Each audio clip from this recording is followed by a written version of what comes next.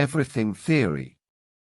Friends, allow me to expose in a simple and punctual way, and according to my model, the essence of cosmic energy, matter and its mass, gravity and magnetic forces. 1. Cosmic energy, which fills and occupies the entire universe, manifests itself as straight lines of force in all directions and senses. It can be verified by the action of the rectilinear movement that the forces of inertia produce. 2. When the lines of force of cosmic energy act concentrically on a point in space, which is gravity, they meet, melt, add up and condense, forming matter and its mass according to the amount of matter built and accumulated. 3. In these cases of creation of nuclei of matter and mass, and once the lines of force pass through the central nucleus, they expand and act as lines and fields of expansion and redistribution of energy and matter, magnetic fields, that when the nucleus rotates, it creates and structures positive magnetic orbits that capture and create orbital systems, nucleus with orbitals around it. However, as the orbital systems become larger and compressed, there comes a time when the pressure and energy density clearly exceeds that allowed by the cosmos, and then these systems explode, resulting in some smaller ones, and with emission of great amount of energy and smaller particles. In this drawing we can see how cosmic energy in its concentric action, and acting as gravity, condenses and coheres into matter and mass, and how these same lines of cosmic energy, by surpassing the nucleus, become fields and lines of magnetic forces, which create and redistribute orbitals around the central nucleus. Therefore, the greater is the accumulation of matter, the greater the gravitational potential, and greater magnetic potential to create and compose orbital systems. In the end, if the pressure of the energy of the nucleus, and its consequent magnetic potential, exceeds certain limits, the orbital system explodes and becomes other smaller orbital systems and within the level of energy density that the whole of the cosmos requires.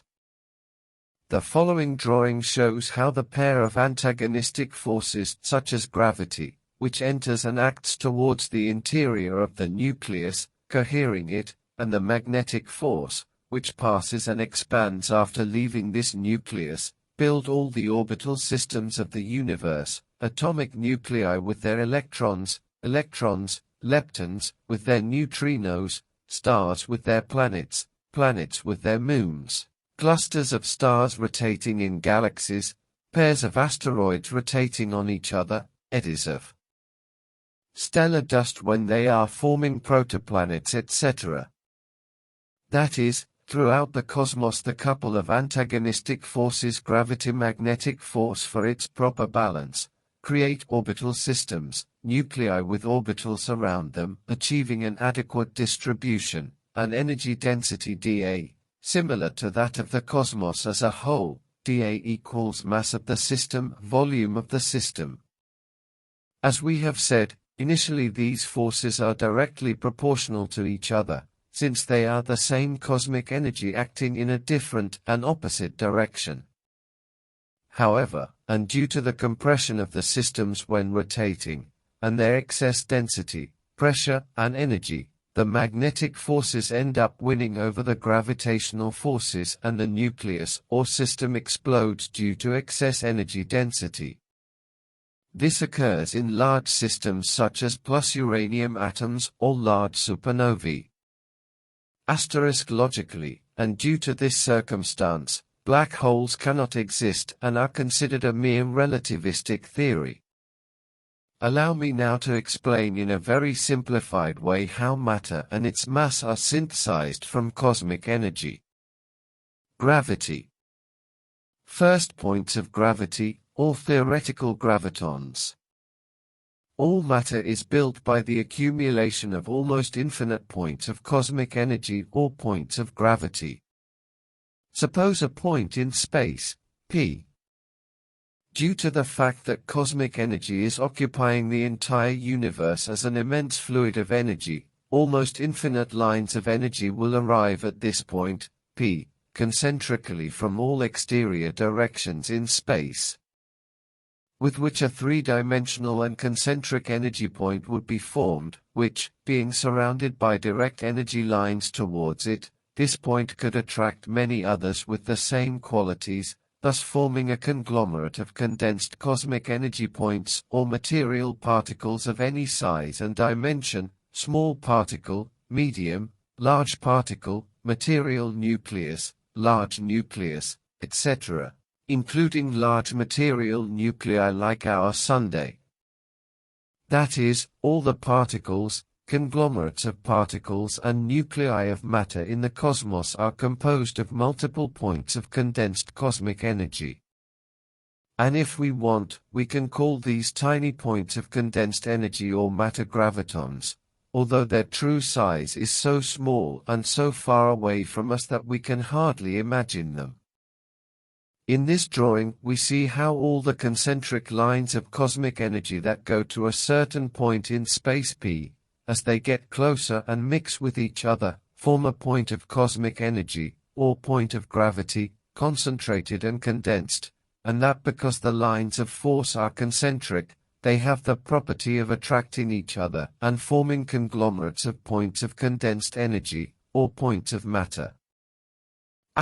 We also see as the concentration of energy points in a nucleus creates a vacuum around it, which will mark the dimensions of the orbital system to be created in the future if the magnetic potential so requires: star planets, planets moons, nucleus electron neutrinos, etc. In this drawing we analyze the cosmic levels. Cosmic levels.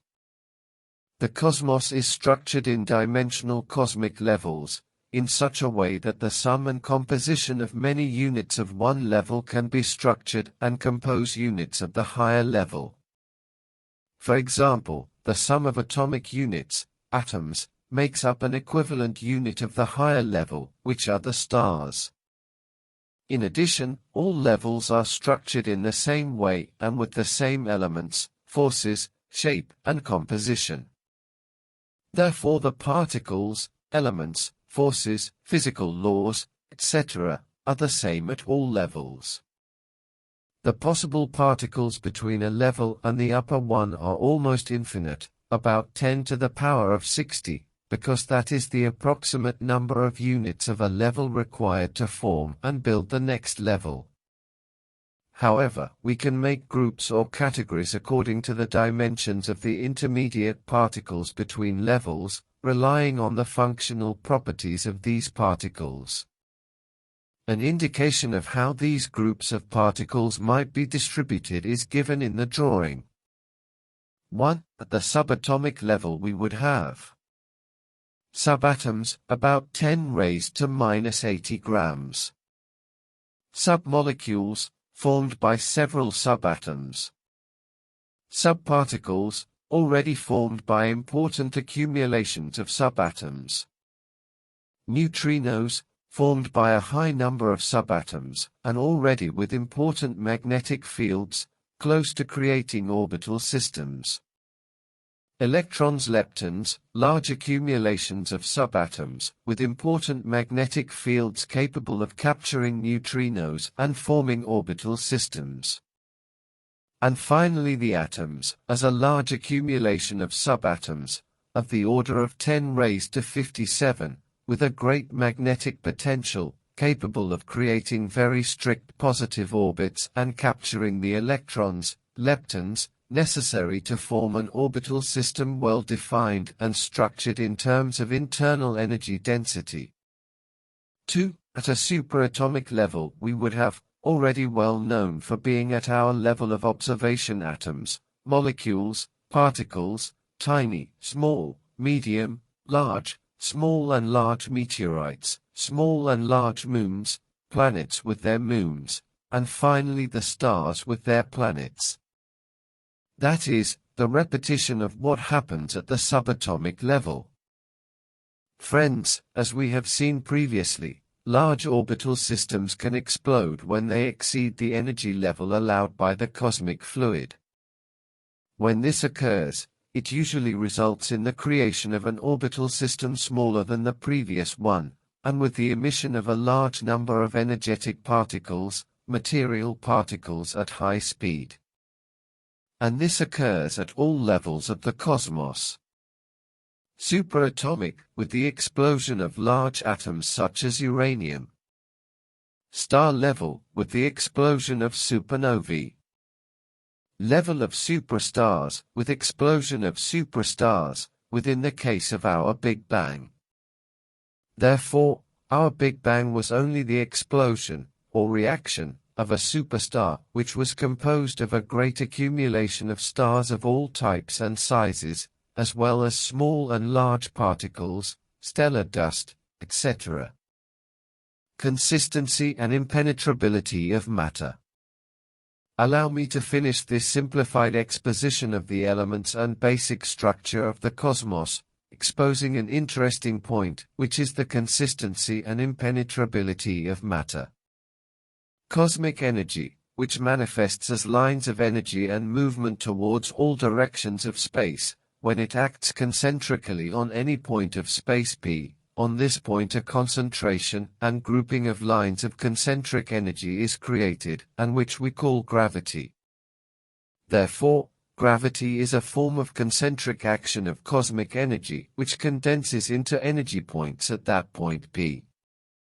These points of cosmic energy have the property of attracting each other and forming conglomerates of points, or points of matter, which in turn can unite and create large material nuclei. Of course, the lines of cosmic energy do not end in the nuclei, but go through and follow them, but already not in a concentric way for the cohesion, but in an eccentric way for expansion. And that is what magnetic fields consist of, in the cosmic energy that expands from the nuclei in the form of expansion energy. Of course, when magnetic lines of force are expansive, one of the consequences is to oppose other magnetic fields that try to penetrate them, thus creating a layer or shell of protection over the nuclei and their built orbital systems. And that is what the impenetrability of matter consists of, in the establishment of protective barriers between the orbital systems of the large nuclei, such as atoms and stars. The formulas and basic measurements of this model are exposed in my web pages, Cosmic and Atomic Model.